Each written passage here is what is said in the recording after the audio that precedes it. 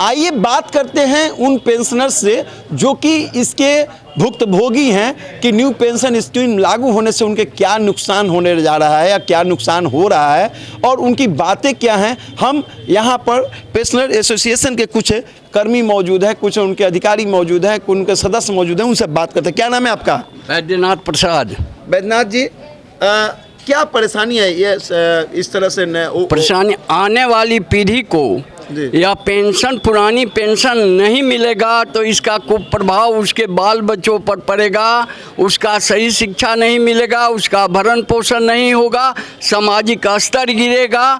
तो pension association Akhil Bharatiya स्तर पर गठित है, पूरे देश में गठित है, जिसके महामंत्री लम्मा साहब हैं और हमारी लगातार बैठकें होती है और हमने संकल्प लिया है कि बिहार राज्य अराजपत्रित कर्मचारी महासंघ के इस सम्मेलन में अपनी बातों को रखेंगे और जब तक सरकार पेंशन पुरानी पेंशन लागू नहीं करती है तब तक लगातार मेरा आंदोलन इनके साथ कंधे में कंधे मिलाकर चलेगा और हम इनको उखाड़ कर फेंकने का संकल्प लिया है। इन्हीं शब्दों के साथ नाम पड़ेगा आपका? बैद्यनाथ प्रसाद, संयुक्त सचिव, प्रांतीय संयुक्त सचिव, पेंशनर एसोसिएशन बिहार पटना। जी, आपका क्या नाम पड़ेगा? रामेश्वर सिंह जी। मैं सहायक महामंत्री बिहार पटना जी। अध्यक्ष गोपालगंज। क्या कहना चाहेंगे? क्या चाहेंगे? दुख दर्द है? क्या दुख दर्द है कि जो हमारी तो पुरानी पेंशन नीति लागू है, परंतु जो भविष्य में हमारे कर्मचारी बहाल हो रहे हैं उनको नई पेंशन नीति जो दे रही है, उनके परिवार, उनके समाज का बुरा असर पड़ेगा। और हम इसके लिए लड़ाई के लिए नागपुर में 7 तारीख को हमारी बैठक है।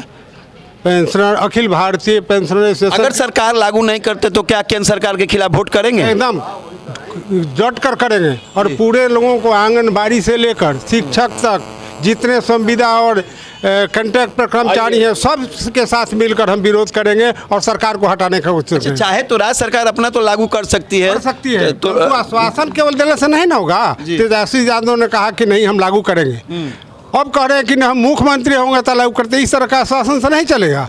आश्वासन को पूरा कीजिए, आप जो कहें उसको पूरा कीजिए। जैसे हिमाचल में हो गया, राजस्थान में हो गया, जहाँ तहाँ हो रहा है ना, इस तरह आपको बिहार में भी लागू करना पड़ेगा। न तो हम संघर्ष करेंगे और इनको हटाएंगे इस सरकार को और नई सरकार लाएंगे जो हमारी मांगों का समर्थन करे। जी जी, क्या कहना है? आप क्या कहना चाहते हैं? हम पेंशन एसोसिएशन के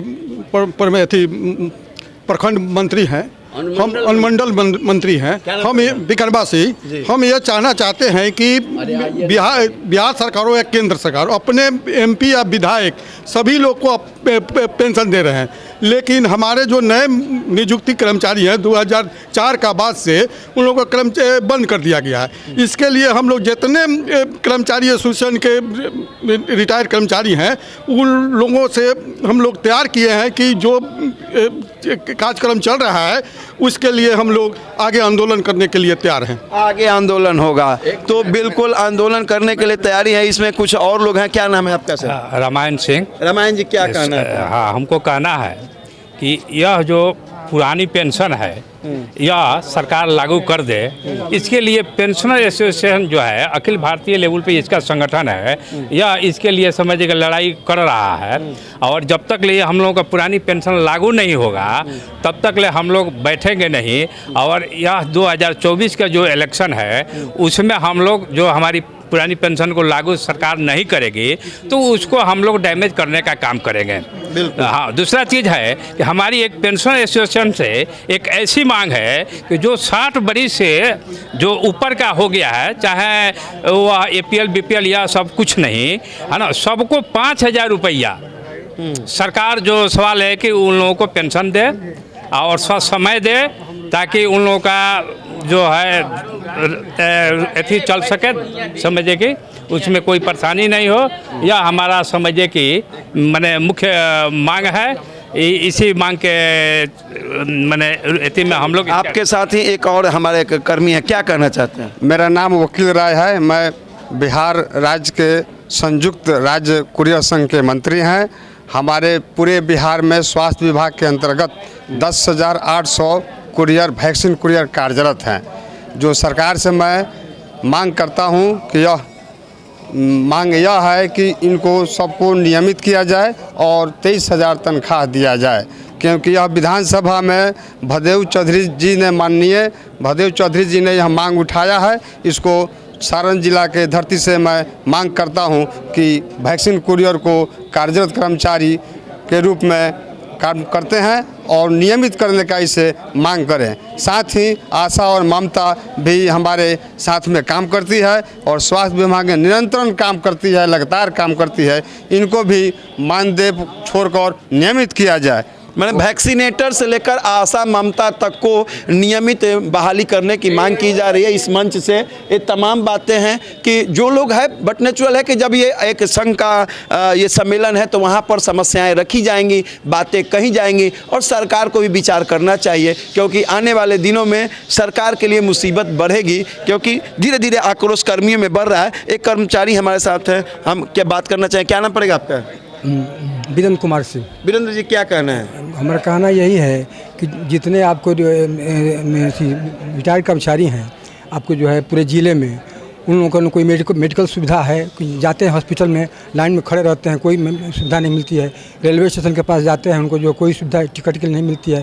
कहने का मतलब है कि आपको जो है जो रिटायर्ड कर्मचारी हैं उनको जो है विशेष सुविधा सरकार की तरफ से मिलना चाहिए। चाहे बैंक में जाएँ तो बैंक पहले उनका काम होना चाहिए, और यहाँ पर रेलवे में जाए रेलवे में काम होना चाहिए। बिल्कुल, मतलब कहने का मतलब कि सेवानिवृत्त जो भी कर्मी हैं उनके लिए तो विशेष व्यवस्था होनी चाहिए, जैसा कि डिमांड है कि चाहे रेलवे हो, स्वास्थ्य विभाग हो या फिर जहां भी बस स्टैंड हो, जहां पर स्वास्थ्य कर्मियों को या जहां जो भी सेवानिवृत्त कर्मी हैं उनको जो है कम से कम स्पेशल उनको सुविधा दी जानी चाहिए। जी, अब एक महिला कर्मचारी, मैं उनसे बात करना, क्या कहना चाहती है?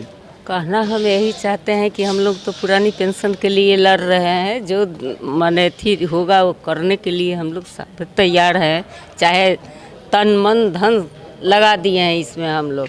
लेकिन जहाँ तक आशा की सवाल है, हमारी आशा बहने, हम स्वास्थ्य विभाग के रिटायर्ड पेंशनर एसोसिएशन में हैं, उनको रात दिन एम्बुलेंस में रहना पड़ता है। जब कहीं से खबर आता है एम्बुलेंस से, वही चाहे कैसे भी रोगी हो उनको लाना है। लेकिन क्या मांग है?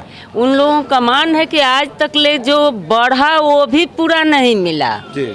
3,000 रुपया 2-3 साल पहले ये लोग स्ट्राइक की थी तो सरकार ने बढ़ाया था, 3,000 किया, उसमें भी इन लोगों को 2,500 मिलता है। मतलब आशा को जो है नियमित किया जाए, सरकारी नौकरी किया जाए। और ये स्वास्थ्य विभाग की रीढ़ है आशा पर स्वास्थ्य विभाग चल रही है। कहीं कुछ हुआ रात बिरात कभी भी ये आशा फोन करती है, एम्बुलेंस जाता है आशा रोगी को लेकर, चाहे जैसा भी रोगी हो। चलिए, आज इनका आपका क्या नाम पड़ेगा? बिन्नी उपाध्याय बिन्नी उपाध्याय पेंशनर एसोसिएशन से जुड़ी है। इनका कहना है कि आशा को जो नियमित किया जाए। हमारे अब किसान से चलते हैं कि किसान के भी बड़ी सारी समस्याएं हैं, किसान से जुड़ी समस्याएं हैं और उनमें काम करने वाले विभाग के कर्मियों में क्या समस्याएं हैं उसके लेकर ये बात करना चाहें। क्या नाम है आपका? मेरा नाम अनिल कुमार सिंह हुआ। पहले तो सबसे पहले आपको हम आपके चैनल को हम धन्यवाद करना चाहते हैं कि आप अपना बहुमूल्य समय निकाल कर हम लोग के बीच आए, इसके लिए आपको दिल से धन्यवाद। और मैं बिहार राज्य और राजपत्रित कर्मचारी महासंघ के जिला के किसान सलाहकार संघ के उपाध्यक्ष होने के नाते हम चाहेंगे कि अपनी मांगों को आपके माध्यम से जी बोला जाए।